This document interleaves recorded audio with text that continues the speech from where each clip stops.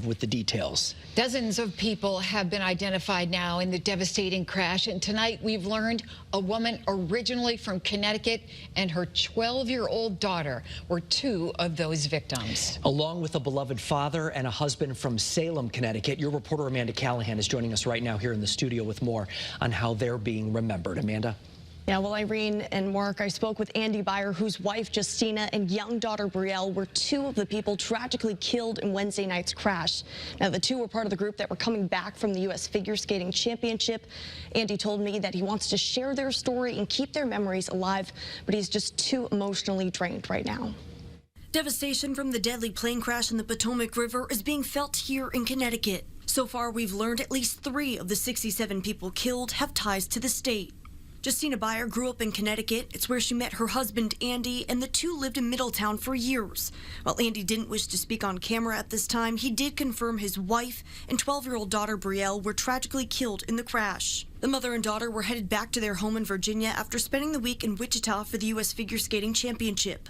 We've learned another Connecticut native, Casey Crafton, was on board the American Airlines flight when it crashed into the Black Hawk helicopter.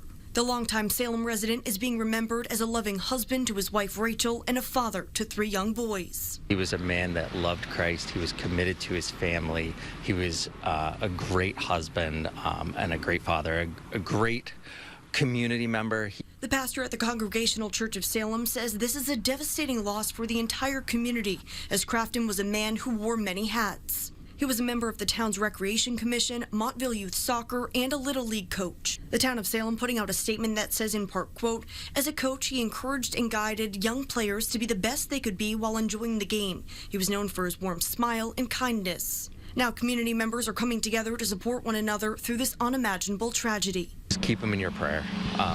Keep the family in your prayers. Keep Rachel in your prayers, their kids. They're devastated. Now, GoFundMes have been set up to help out both the Byer and Crafton families. There's also a meal train to help out the Craftons. If you're looking to support either of those families through this tragedy, you can find the links to those on our Channel 3 app or at WFSB.com. Your reporter live in studio, Amanda Callahan, Channel 3 Eyewitness News. Well, just a devastating loss there, Amanda.